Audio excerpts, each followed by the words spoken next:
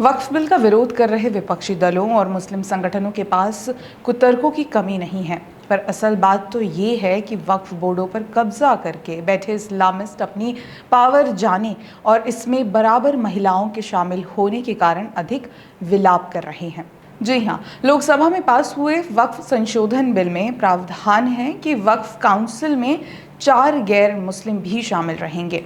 इसमें 2 महिलाएं भी शामिल रहूंगी। केंद्रीय अल्पसंख्यक मंत्री किरण रिजिजू ने बताया है कि वक्फ की सेंट्रल काउंसिल में कुल 22 सदस्य होंगे। इसमें 10 सदस्य मुस्लिम समुदाय से होंगे, अधिकतम 4 सदस्य गैर मुस्लिम होंगे, 3 सांसद होंगी, सुप्रीम कोर्ट और हाई कोर्ट के 2 पूर्व जज होंगे और 1 एडवोकेट होंगे। बस इसी बात का दुख है। भूल जाइए कि उन्हें मुस्लिमों की चिंता है। अगर चिंता होती तो बिल का समर्थन करते, लेकिन वे छाती पीट रहे हैं। दरअसल ये विलाप सत्ता पर एकाधिकार छीनने का है। वक्फ के नाम पर जो मनमानी की जा रही थी, मुस्लिम महिलाओं के साथ जो दोयम दर्जे का व्यवहार किया जा रहा था, उस पर अब जब नकेल कसने जा रही है, इसीलिए ये विलाप हो रहा है।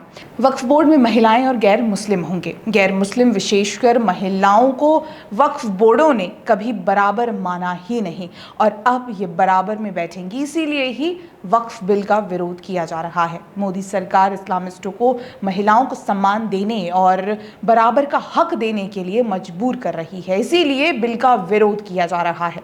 अगर आपको लग रहा है कि वक्फ बिल का विरोध इस्लामिस्ट इसलिए कर रहे हैं क्योंकि इसमें गैर मुस्लिम भी शामिल किए गए हैं, तो ये पूरी तरह गलत नहीं है। पर इस्लामिस्टों को गैर मुस्लिमों से अधिक समस्या महिलाओं को अधिकार देने से है। इन्होंने हमेशा महिलाओं को पुरुषों की आधी माना है। ऐसे उनका इनके बराबर बैठना गलत लग रहा है।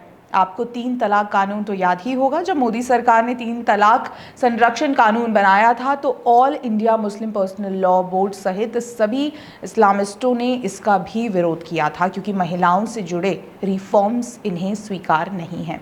मुस्लिम नेताओं का कहना था कि ये कानून मुस्लिम पुरुषों को निशाना बनाता है और पारिवारिक विवादों को आपराधिक बनाता है। हालांकि कई महिला संगठनों ने इस कानून का सपोर्ट किया और कहा कि ये मुस्लिम महिलाओं को अधिकार देता है और उनकी सामाजिक स्थिति को मजबूत करता है।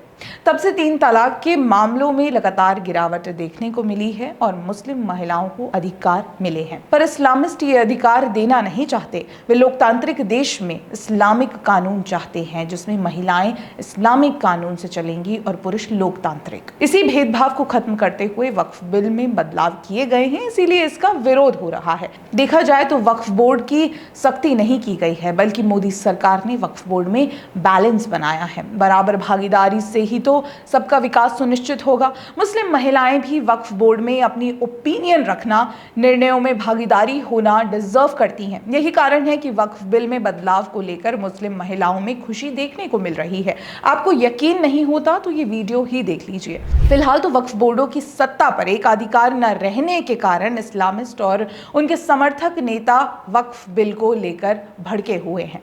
वक्फ बिल में महिलाओं को मिले अधिकार पर आपकी क्या राय है, हमें कमेंट करके जरूर बताइएगा। वीडियो पसंद आए तो लाइक, शेयर और सब्सक्राइब करना ना भूलें।